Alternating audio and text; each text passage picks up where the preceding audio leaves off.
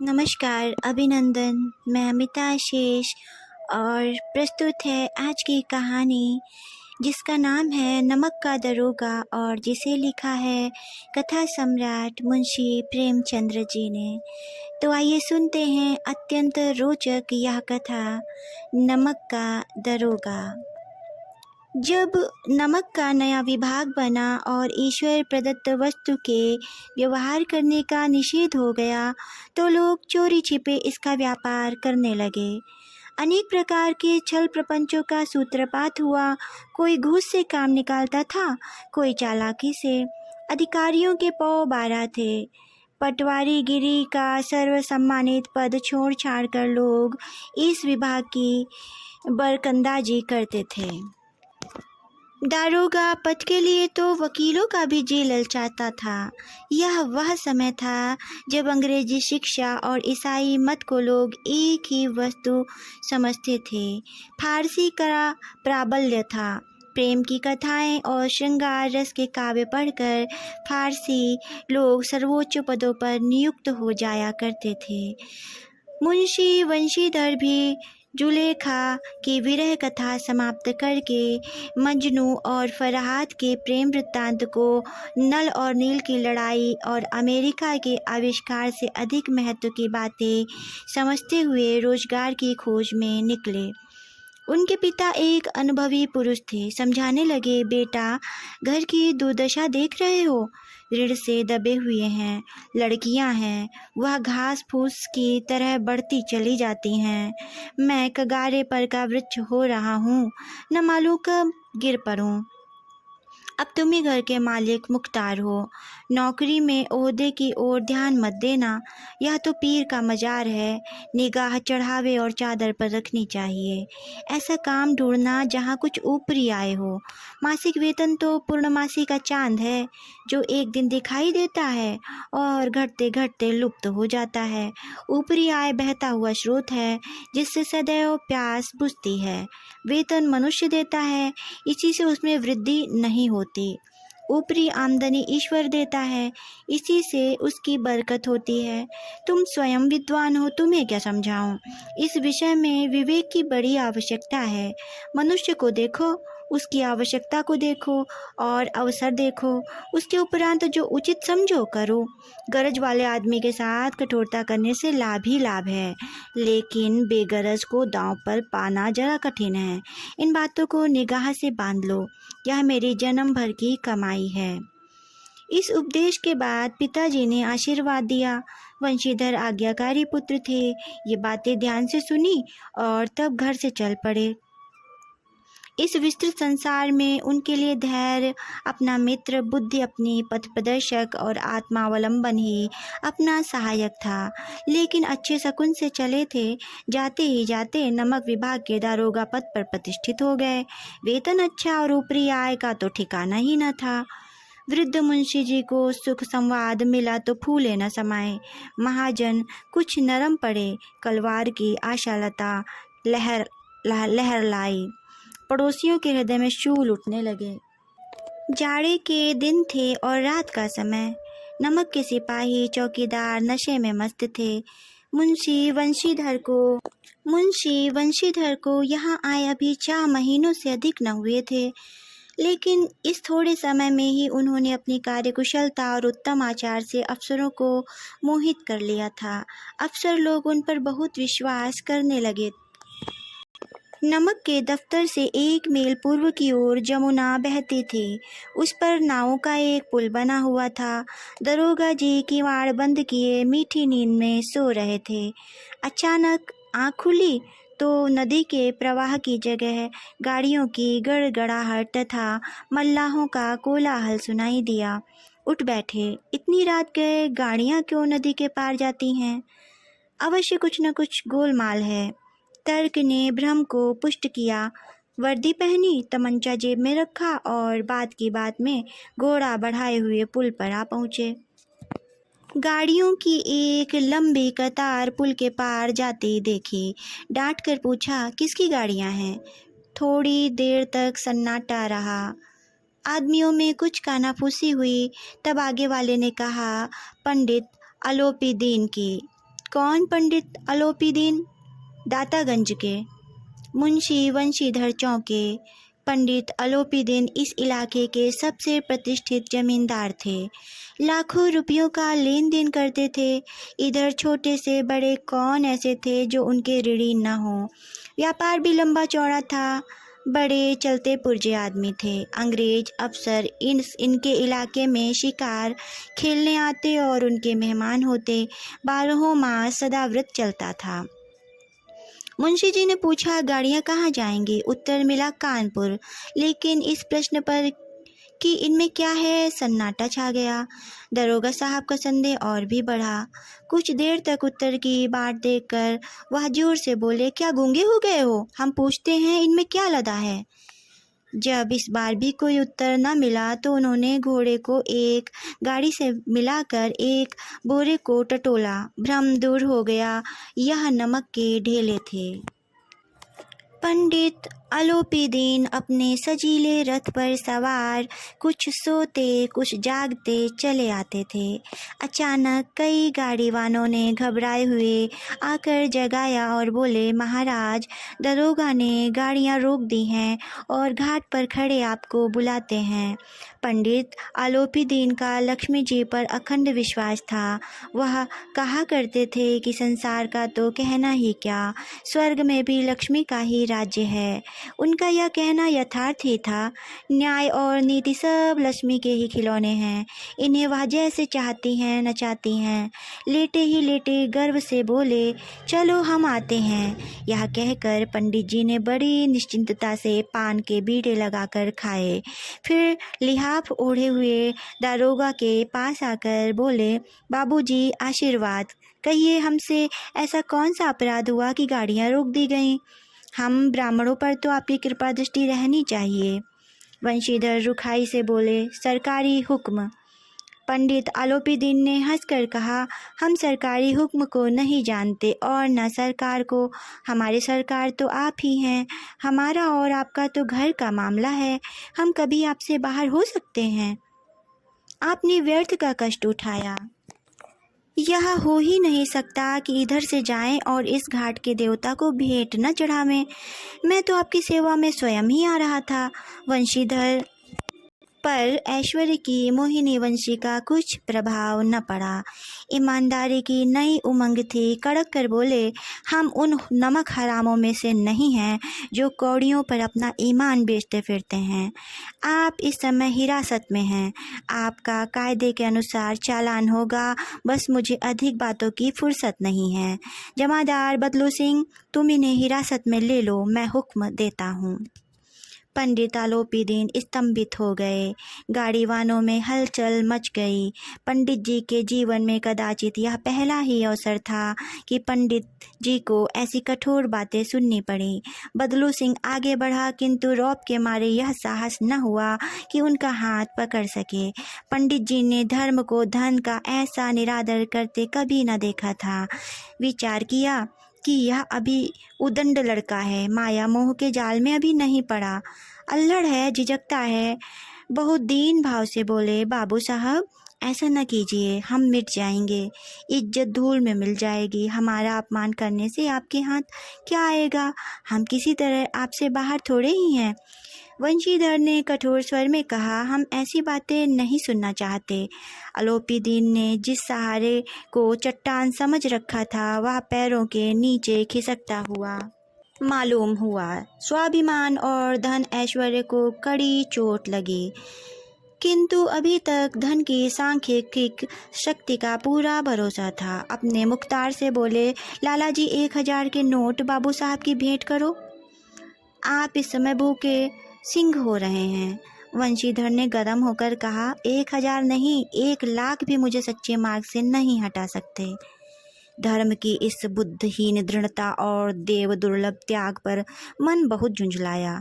अब दोनों शक्तियों में संग्राम होने लगा। धन ने उछल उछल कर आक्रमण करने शुरू किए।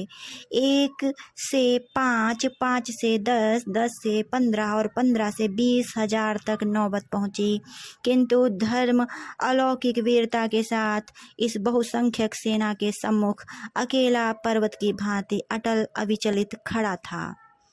आलोपी दिन निराश होकर बोले, अब इससे अधिक मेरा साहस नहीं, आगे आपको अधिकार है। वंशीधर ने अपने जमानदार को ललकारा। बदलू सिंह मन में दारोगा जी को गालियां देता हुआ पंडित आलोपी दिन की ओर बढ़ा।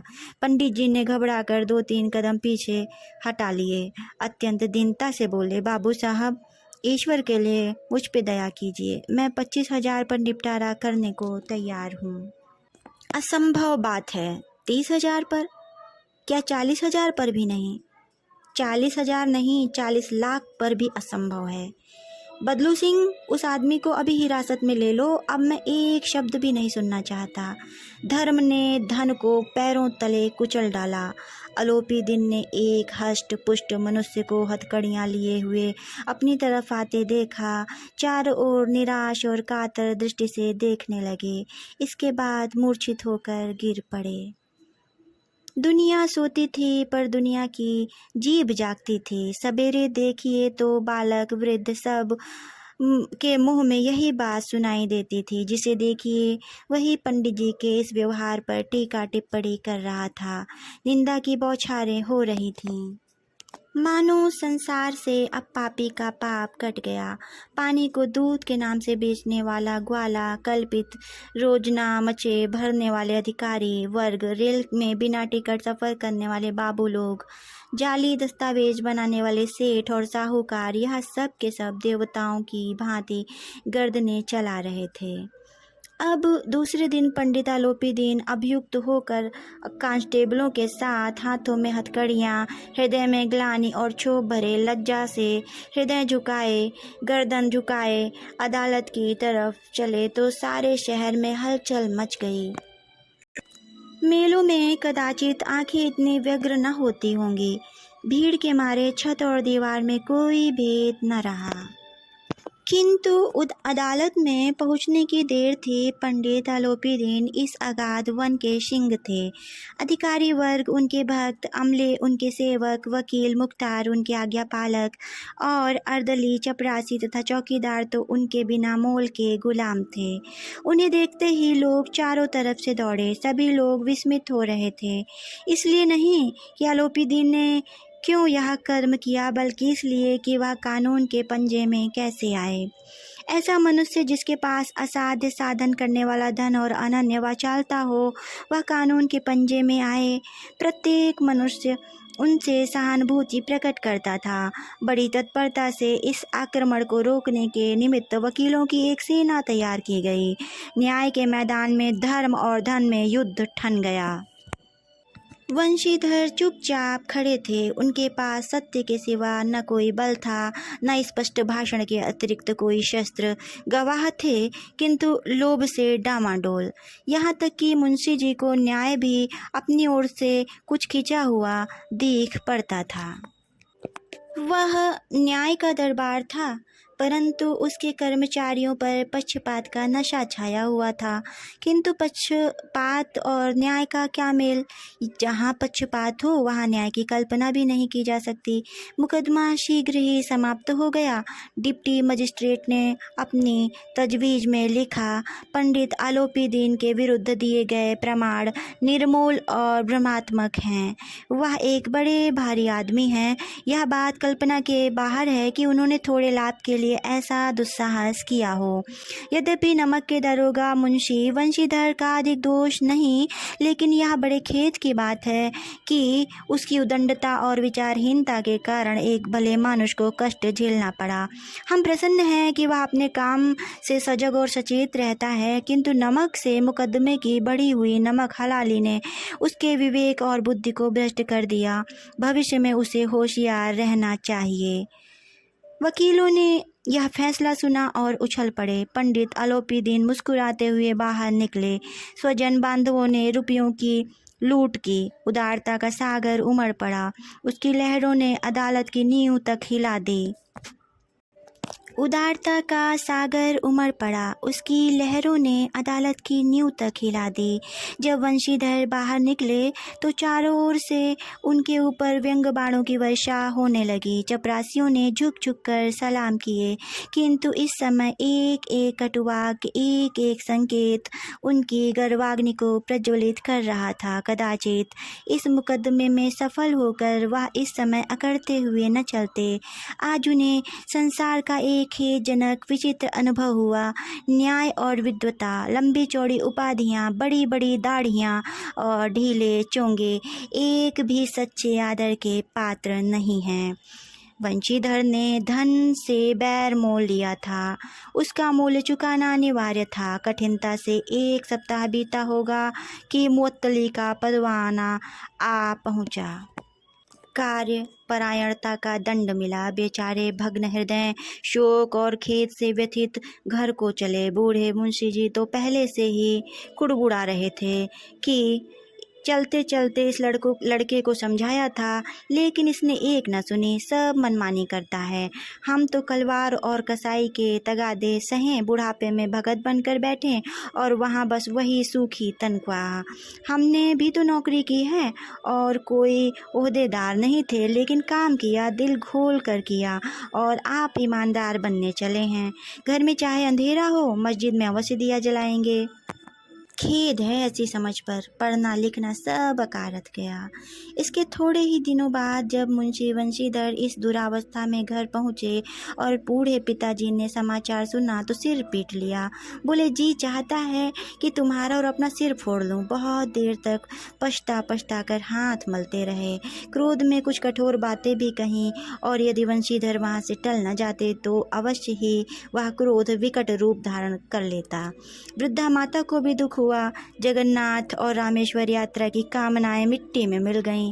पत्नी ने तो कई दिन तक सीधे मुंह बात भी नहीं की।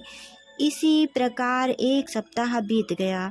संध्या का समय था। बूढ़े मुंशी जी बैठे राम राम की माला जप रहे थे।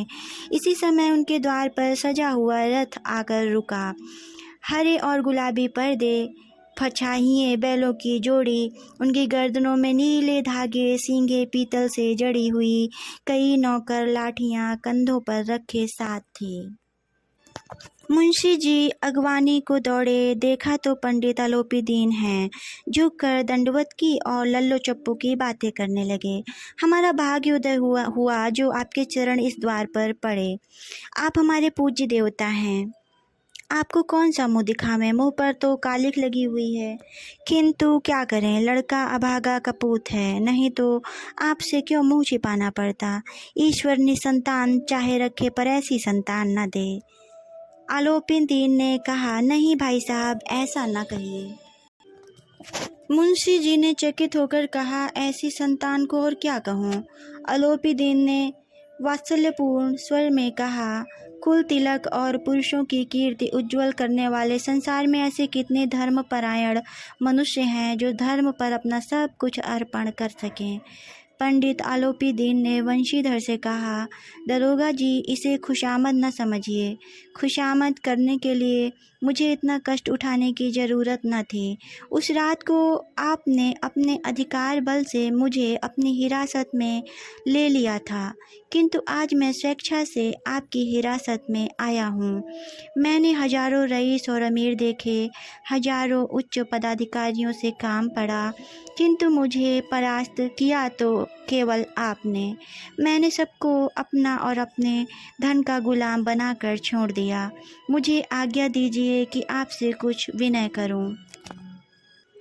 वंशीधर ने आलोपीदीन को आते देखा तो उठकर सत्कार किया, किंतु स्वाभिमान सहित समझ गए कि यह महाशय मुझे लज्जित करने और जलाने आए हैं। क्षमा प्रार्थना की चेष्टा नहीं की, वरन उन्हें अपने पिता की यह ठकुर सुहाती की बात असहसी प्रतीत हुई। पर पंडित जी की बातें सुनी तो मन की मैल मिट गई। पंडित जी की ओर से उड़ती हुई दृष्टि में देखा, सद्भाव झलक रहा था। गर्व ने अब लज्जा के सामने सिर झुका दिया। शर्माते हुए बोले, यह आपकी उदारता है जो ऐसा कहते हैं। मुझसे जो कुछ अभिनय हुई उसे क्षमा कीजिए। मैं धर्म की बेड़ी में जकड़ा हुआ था, नहीं तो वैसे मैं आपका दास हूँ। जो आज्ञा होगी वह मेरे सिर माथे पर। आलोपी दीन ने विनीत भाव से कहा, नदी तट पर आपने मेरी प्रार्थना नहीं स्वीकार की थी, किंतु आज स्वीकार करनी पड़ेगी। वंशीधर बोले, मैं किस योग्य हूँ? जो कुछ सेवा मुझसे हो सकती है उसमें त्रुटि न होगी। आलोपी दीन ने एक स्टाम्प लगा हुआ पत्र निकाला और उसे वंशीधर के सामने रखकर बोले, पद को स्वीकार कीजिए और अपने हस्ताक्षर कर दीजिए। मैं ब्राह्मण हूँ, जब तक यह सवाल पूरा न कीजिएगा द्वार से न हटूंगा। मुंशी वंशीधर ने उस कागज को पढ़ा तो कृतज्ञता से आंखों में आंसू भर आए। पंडित आलोपी दीन ने उनको अपनी सारी जायदाद का स्थायी मैनेजर नियत किया था। 6,000 वार्षिक वेतन के अतिरिक्त रोजाना खर्च अलग, सवारी के लिए घोड़ा, रहने को बंगला, नौकर चाकर मुफ्त। कंपित स्वर में बोले, पंडित जी, मुझ में इतनी सामर्थ्य नहीं है कि आपकी उदारता की प्रशंसा कर सकूं, किंतु ऐसे उच्च पद के योग्य नहीं हूँ मैं। आलोपी दीन ने हंसकर कहा, मुझे इस समय एक अयोग्य मनुष्य की ही जरूरत है। वंशीधर ने गंभीर भाव से कहा, यूँ मैं आपका दास हूँ। आप जैसे कीर्तिवान सज्जन पुरुष की सेवा करना मेरे लिए सौभाग्य की बात है, किंतु मुझ में वह विद्या है और ना ही बुद्धि, ना वह स्वभाव जो इन त्रुटियों की पूर्ति कर देता। ऐसे महान कार्य के लिए एक बड़े मर्मज्ञ अनुभवी मनुष्य की जरूरत है। आलोपी दीन ने कलमदान से कलम निकाली और उसे वंशीधर के हाथ में देकर बोले, न मुझे विद्वता की चाह है, न अनुभव की, न मर्मज्ञता की, न कार्य कुशलता की। इन गुणों के महत्व का परिचय खूब पा चुका हूँ मैं। अब सौभाग्य और सुअवसर ने मुझे यह मोती दे दिया है जिसके सामने योग्यता और विद्वता की चमक फीकी पड़ जाती है। यह कलम लीजिए, अधिक सोच विचार न कीजिए, दस्तखत कर दीजिए। परमात्मा से यही प्रार्थना है कि वह आपको सदैव वही नदी के किनारे वाला बेमुरव्वत, उदंड, कठोर परंतु धर्मनिष्ठ दारोगा बनाए रखे। वंशीधर की आंखें डबडबाईं। हृदय के संकुचन पात्र में इतना एहसान न समा सका। एक बार फिर पंडित जी की ओर भक्ति और श्रद्धा की दृष्टि से देखा और कांपते हुए हाथ से मैनेजरी के कागज पर हस्ताक्षर कर दिए। आलोपी दीन ने प्रफुल्लित होकर उन्हें अपने गले से लगा लिया। कहानी समाप्त। धन्यवाद। नमस्कार, मैं अमिता आशीष और आप सुन रहे थे कहानी नमक का दरोगा, जिसे लिखा था कथा सम्राट मुंशी प्रेमचंद्र जी ने। आपको यह कहानी कैसी लगी, लाइक और कमेंट के द्वारा अवश्य बताइएगा, और यदि आप मेरे चैनल पर नए हैं तो इसे सब्सक्राइब भी ज़रूर करिएगा।